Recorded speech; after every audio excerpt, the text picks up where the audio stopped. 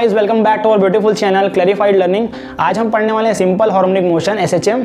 ठीक है, हमने प्रीवियस लेक्चर में बेसिक कॉन्सेप्ट, डेफिनेशन और थ्योरम के साथ हमने प्रीवियस लेक्चर में एसएचएम का मतलब सिंपल हार्मोनिक मोशन का कंप्लीट कर चुके हैं। इस लेक्चर में हम सिंपल हार्मोनिक मोशन के क्वेश्चन करने वाले हैं थ्योरम के अकॉर्डिंग। ठीक है, तो आज जो हम क्वेश्चन करने वाले हैं ये वेरी इंपॉर्टेंट है, क्योंकि थ्योरम के साथ एग्जाम में क्वेश्चन भी पूछे जाते हैं। ठीक है, और जो स्टूडेंट्स नए आए हैं उनके लिए एक एडवाइस है कि आपको जाके पहले प्रीवियस वीडियो लेक्चर देखना है, क्योंकि उसमें मैंने पूरा क्लियर कर दिया किस तरीके से सिंपल हार्मोनिक मोशन का बेसिक के साथ मैंने थ्योरम तक वहाँ करवा दिया मैथमेटिक्स में। ठीक है, तो आपको उसको जाकर पहले अटेंड करना है। उसके बाद अगर आप इसमें इस वीडियो लेक्चर को देखते हो आपके लिए बेनिफिट रहेगा, क्वेश्चन से कनेक्ट कर पाओ। अगर आप क्लास में पहली बार आए हैं तो चैनल को सब्सक्राइब करिए, वीडियो को लाइक कीजिए।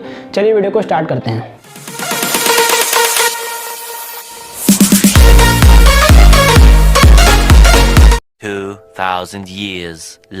सिंपल हार्मोनिक मोशन में क्वेश्चन करने से पहले हमने थ्योरम में क्या पढ़ा था, differential equation of simple harmonic motion. ये आपको पहले मालूम होना चाहिए। तो ये क्या होता है, सिंपल हार्मोनिक मोशन में अगर देखते हो आप तो D square x upon D T square plus lambda x, ये कांस्टेंट कुछ भी हो सकता है, इज इक्वल टू 0। ये जो हमारा इक्वेशन देख रहे हो आप, ये सिंपल हार्मोनिक मोशन का इक्वेशन है, जो कि वेरी इंपॉर्टेंट है। ये आपको याद होना चाहिए, क्योंकि जब भी क्वेश्चन आपको मिलेगा उसमें आपको क्या करना है, सबसे पहले डिफरेंशियल इक्वेशन फॉर्म करना है सिंपल हार्मोनिक मोशन का। ठीक है, इसमें भी हम वही कोशिश करेंगे कि हम डिफरेंशियल इक्वेशन पहले फॉर्म करेंगे, उसके बाद अदर वैल्यू निकालेंगे। ठीक है, तो क्वेश्चन क्या दिया हमारे पास, सबसे पहले क्वेश्चन दिया so that the displacement of the particle moving in a straight line. ठीक है, तो सिंपल हार्मोनिक मोशन में आपको पहले से मालूम है कि जो पार्टिकल रहेगा उसका जो ऑसिलेशन या मूवमेंट रहेगा वो किसमें रहेगा, स्ट्रेट लाइन में रहेगा। मतलब हमारा जो डायग्राम है वो स्ट्रेट लाइन में होने वाला है। ठीक है, मान लेते हैं ये पॉइंट हमारा ए है, ये पॉइंट हमारा बी है। ठीक है, उसका सेंटर में क्या रहेगा हमारा पॉइंट ओ। ठीक है, इसको मान लेते हैं अभी।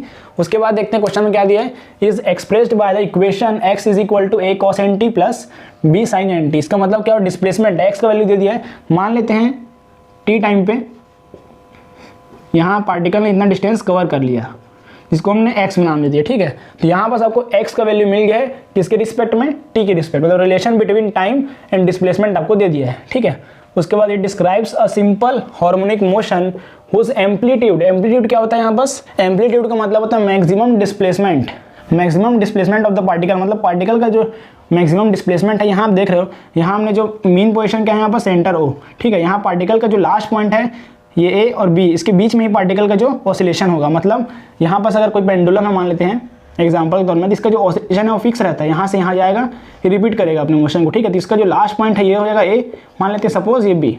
ठीक है, तो यहाँ पर अगर पार्टिकल ऑसिलेट कर रहा है स्ट्रेट लाइन में, तो यहाँ इसका एंड पॉइंट क्या हो जाएगा, ए टू बी, मतलब इसका मैक्सिमम डिस्प्लेसमेंट जो होगा मीन पोजीशन से ये ओ टू बी होगा। ठीक है, इसको हम एम्पलीट्यूड बोलते हैं। तो हमको प्रूफ क्या करना है, यहाँ क्वेश्चन में ऑलरेडी मेंशन है कि सो दैट। ठीक है, हमको शो करना है, क्वेश्चन मतलब वैल्यू निकालना है root A square plus B square. ठीक है, ये किसका वैल्यू है, एम्पलीट्यूड का, जो कि हमको फाइंड करना है। ठीक है, और साथ ही साथ यहाँ टाइम पीरियड भी हमको दिखाना है 2π/n। ठीक है, ये हमको प्रूफ करना है, क्वेश्चन में ऑलरेडी मेंशन है। टाइम पीरियड क्या होता है, टाइम पीरियड निकालना है, तो टाइम पीरियड होता क्या है, टाइम पीरियड वन ऑसिलेशन जो है, कंप्लीट वन ऑसिलेशन, मतलब यहाँ से अगर यहाँ मूवमेंट करता है हमारा पार्टिकल, उसको हम क्या बोल देंगे, टाइम पीरियड। मतलब कितने टाइम में कर रहा है A1 ऑसिलेशन, उसको हम टाइम पीरियड बोलते हैं। इसका हम टाइम पीरियड निकालेंगे, यहाँ से यहाँ तक ऑसिलेशन कितना करेगा। सपोज करते हैं हमारा पार्टिकल अभी यहाँ पहुँचा है, कितने डिस्टेंस में, डिस्प्लेसमेंट x है t टाइम पे, और यहाँ बस यहाँ जब पार्टिकल O में था, मतलब रेस्ट में था, तब यहाँ x इज इक्वल टू 0 था। ठीक है, तो यहाँ पार्टिकल का पॉइंट जो इसको P नाम देते हैं। तो ये है आपका सिंपल डायग्राम। इसमें डायग्राम का जरूरत नहीं था, लेकिन हम तो ही बना लिए इसको डायग्राम को। ठीक है, Always do it on my own, so I gotta get through it. And the only thing I know is to love what I'm doing. Never give up, never slow, till I finally prove it. Never listen to the no's, I just wanna keep moving. Keep my head up when I act, head up, that's a fact. Never looking back, I'ma keep myself on track. Keep my head up, staying strong, always moving on. Feel I don't belong, tell my thoughts to move along. Push myself to be the best, die with no regrets. A few moments later. सबसे पहला काम क्या रहेगा हमारा, जो हमारे question में given दिया है उसको हम लिखते हैं। ठीक है, हमको क्वेश्चन में क्या दिया है, x is equal to a cos nt plus b sin nt, मतलब ये क्या दिख रहा है आपको, x मतलब डिस्प्लेसमेंट और टाइम के बीच में रिलेशन दिया है। तो यहाँ आपको लिखना है the relation between time and displacement. क्या लिखोगे आप, अगर आप इंग्लिश मीडियम के हो तो आपको लिखना है the relation between time and displacement is करके। ठीक है, जो हिंदी मीडियम के हो अपने आप ट्रांसलेट करके लिख सकते हैं। उसके बाद जो मैथमेटिकल सॉल्यूशन है वो सेम होने वाला है। तो यहाँ क्या हो जाएगा, x is equal to a cos nt plus b sin nt। ठीक है, ये हमारे पास क्वेश्चन में गिवन है। इसके बाद क्या करेंगे, हमको इक्वेशन फॉर्म करने की कोशिश करना है। तो इक्वेशन फॉर्म करने के लिए सबसे पहले आप क्या देख रहे हो यहाँ पास, हमको डिफरेंशियल इक्वेशन फॉर्म करना है।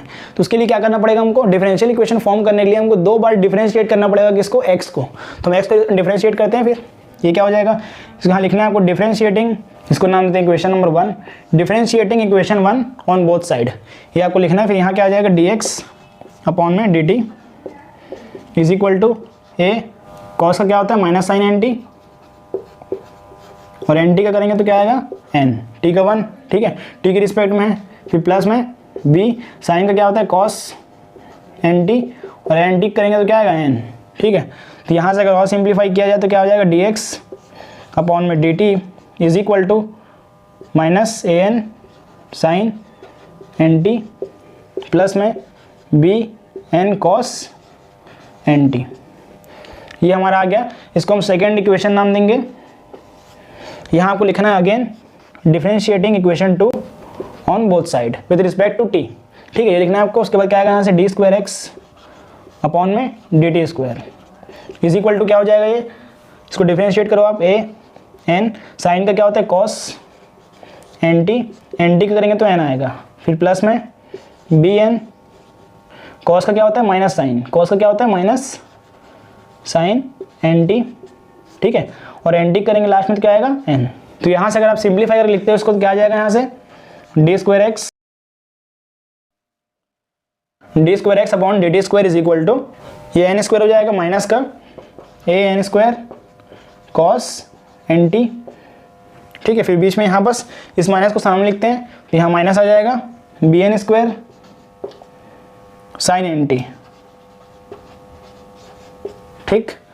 उसके बाद क्या हो जाएगा d square x upon D T square is equal to, इस माइनस को कॉमन लेते हैं, इसमें माइनस एन स्क्वायर कॉमन आ जाएगा, फिर यहाँ क्या बचेगा a cos N T plus में बी साइन एन टी, ठीक है। फिर यहाँ से और सिंप्लीफाई कर लो आप, d square x upon D T square is equal to, ये जो वैल्यू देख रहे हो हमारे क्वेश्चन में गिवन क्या था, ये x का वैल्यू है, ठीक है, ये x का वैल्यू है, तो यहाँ वैल्यू पुट कर दो आप, ये क्या हो जाएगा x एन स्क्वायर एक्स, तो यहाँ से आपका फाइनल वैल्यू आ जाएगा हमारा d square x upon D T square, इसको इधर शिफ्ट कर लेते हैं, यहाँ हो जाएगा plus N square x is equal to में 0। ये हमारा आ गया differential equation of simple harmonic motion, ठीक है, ये हमारा इक्वेशन नंबर क्या हो गया 3। इसको आप जल्दी से नोट डाउन कर लो, आपको कुछ सेकंड के लिए टाइम मिलेगा। क्वेश्चन भी नोट डाउन करना है इसमें आपको, साथ ही साथ आपको सॉल्यूशन भी नोट डाउन करना है। हमने कुछ नहीं किया, इक्वेशन 1 लिया पहले, उसको हमने डिफरेंशिएट करते गए बस, ठीक है।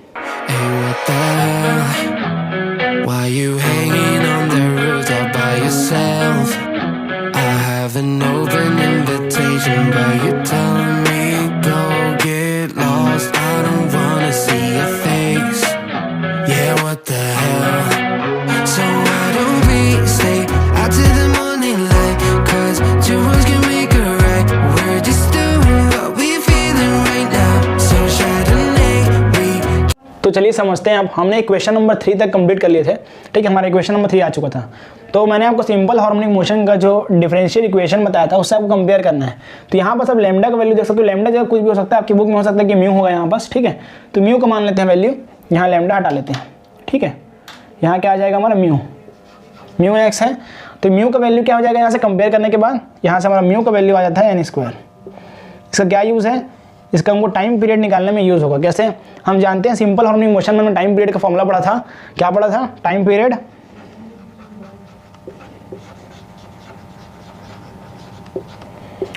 क्या होता है जल्दी बताओ, 2 पाई बाई रूट म्यू, ये हमारा फॉर्मूला है टाइम पीरियड का। इसमें पुट करते हैं तो यहाँ से टी का वैल्यू क्या आ जाएगा 2 pi by root n square, तो यहाँ से हमारा फाइनल टी का वैल्यू क्या आ जाएगा, t is equal to 2 pi upon n, ठीक है। तो ये हमारा टाइम पीरियड आ गया। ये हमको क्या बोला है, एम्पलीट्यूड निकालने बोला है। तो एम्पलीट्यूड निकालने के लिए क्या करना पड़ेगा हमको, मैक्सिमम डिस्टेंस लेना पड़ेगा। तो मैक्सिमम डिस्टेंस आपको दिख रहा है, जो हमारा पार्टिकल है जो हमारा सिंपल हार्मोनिक मोशन करेगा उसका मैक्सिमम डिस्टेंस यहाँ पास है। यहाँ पास जब पार्टिकल आएगा तो उसके बाद यहाँ से क्या करेगा, वो बैक करेगा। इसका मतलब यहाँ जो वेलोसिटी है वो जीरो हो जाएगा। क्यों? क्योंकि ये इसका लास्ट पॉइंट है, पार्टिकल यहाँ तक जाता है फिर यहाँ से बैक होता है, क्योंकि यहाँ हमारा जो वेलोसिटी होने वाला है वो जीरो हो जाता है। ठीक है, तो यहाँ वेलोसिटी जीरो हो जाएगा। ठीक है, तो इस केस में जो वेलोसिटी जीरो हुआ है उस केस में हम क्या करेंगे, यहाँ हमारा इक्वेशन आ चुका था dx/dt। मैंने आपको इक्वेशन नंबर 2 के नाम से नोट करवाया है, उसमें आपको जाकर देखना है हमारा dx/dt की वैल्यू क्या आया था, जल्दी बताओ आप नोट डाउन किए हो, -an sin nt प्लस में bn cos nt।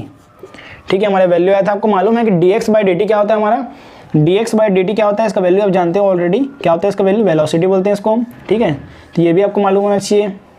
आपको ये भी मालूम होना चाहिए कि d2x/dt² किसका वैल्यू होता है, एक्सेलरेशन का, स्मॉल ए का। ठीक है, तो यहाँ से हम इसका वैल्यू क्या करते हैं, वेलोसिटी लिखते हैं इसको। यहाँ से क्या हो जाएगा, v = -an sin nt plus bn cos nt। ठीक है, फॉर मैक्सिमम डिस्प्लेसमेंट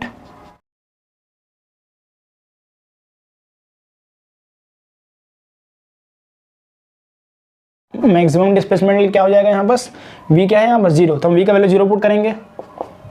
तो -n sin nt plus bn cos nt, ये माइनस टर्म को जस्ट शिफ्ट करते हैं तो यहाँ हो जाएगा an sin nt plus is equal to bn cos nt। ठीक है, यहाँ से an कैंसिल हो जाएगा, तो यहाँ से साइन बाई कॉस क्या होता है, 10। तो 10 का वैल्यू क्या आ रहा है, यहाँ से आप देख सकते हो b/a, इसको क्या बोलते हैं हम, परपेंडिकुलर अपॉन में बेस। तो यहाँ आपको डायग्राम बनाना है, simple triangle perpendicular upon base बोल रहे हैं। तो ये ट्रायंगल है हमारा, राइट एंगल ट्रायंगल, इसमें परपेंडिकुलर अपॉन बेस बोल रहे थे। यहाँ परपेंडिकुलर का वैल्यू क्या है, b और बेस का a, तो इसका वैल्यू निकालेंगे। आपको हाइपोटेनस फॉर्मूला मालूम होगा, hypo square is equal to perpendicular square base square. ठीक है, हाइपो यहाँ कुछ भी नाम देते हैं, मान लेते हैं ये x है। ठीक है, या फिर आप कुछ भी नाम रख सकते हैं उसका, फॉर एग्जाम्पल a b और c नाम रखते हैं ट्रायंगल का। ठीक है, तो यहाँ हो जाएगा ab² is equal to perpendicular square क्या है, b² प्लस a²। तो यहाँ से ab का वैल्यू क्या आ जाएगा, ab is equal to √b² plus a²। तो यहाँ से आप क्लियरली, यहाँ 10 का वैल्यू तो आई गया हमारा। अब यहाँ से हम साइन का वैल्यू निकाल लेते हैं, साइन nt का। अब साइन का फॉर्मूला क्या होता है, परपेंडिकुलर अपॉन हाइपोटेनस। यहाँ हाइपोटेनस क्या है, ठीक है, ab है, तो परपेंडिकुलर क्या दिया यहाँ पास, b अपॉन हाइपोटेनस क्या आ जाएगा यहाँ पास, b² प्लस a²। ये हमारा साइन nt का वैल्यू आ गया। सिमिलरली हम cos nt का वैल्यू निकाल लेते हैं। cos का फॉर्मूला क्या होता है, cos का फॉर्मूला क्या होता है, बेस अपॉन हाइपोटेनस। बेस क्या है यहाँ पास a, और हाइपोटेनस क्या दिया है, √b² प्लस a²। ठीक है, तो यहाँ दो वैल्यू आ गया हमारा। इसको आपको जल्दी से नोट डाउन करना है, इसके लिए भी आपको टाइम मिलेगा।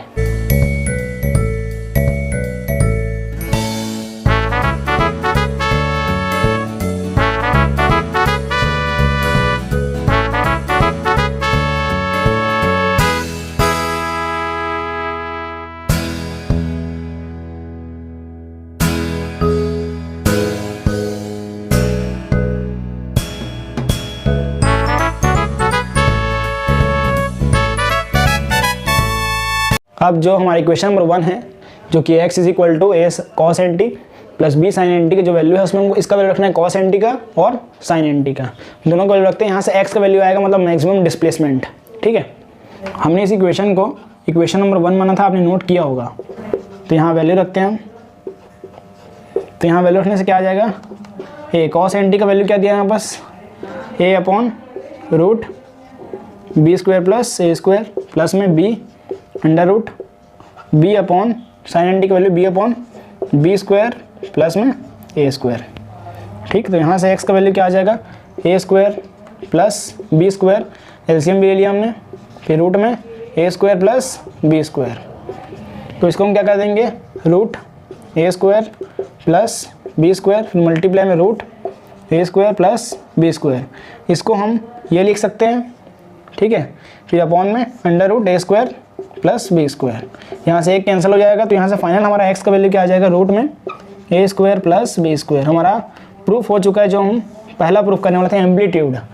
x यहाँ क्या होता है, डिस्प्लेसमेंट। देखो यहाँ बस हमने p माना था, ठीक है, इस पॉइंट को, तो यहाँ तक का डिस्प्लेसमेंट हमने x मान लिया। लेकिन अगर आप पूरे को लेते हो तो ये भी डिस्प्लेसमेंट क्या हो जाएगा, x कितने टाइम पे, t टाइम पे, ठीक है। तो अभी जो डिस्प्लेसमेंट की हम बात कर रहे हैं, ये हमारा हमने इसको एज्यूम किया था, अभी हम क्या कर रहे हैं, इसको पूरा मान रहे हैं। तो यहाँ से हमारा x का वैल्यू क्या हो जाएगा, root A square plus B square. और मैक्सिमम डिस्प्लेसमेंट में क्या होता है, सेम एम्पलीट्यूड होता है। तो यहाँ से हमारा x का वैल्यू आ गया। हमारा इक्वेशन नंबर 3 क्या था, डी स्क्वायर एक्स अपॉन में d T square is equal to नहीं यहाँ बस, plus N square x is equal to 0। इसमें हम x का वैल्यू पुट करते हैं, तो D square x upon D T square plus N square, X का वैल्यू क्या दिया हमारे पास, under root A square plus B square, D square x upon D T square is equal to minus N square root A square plus B square.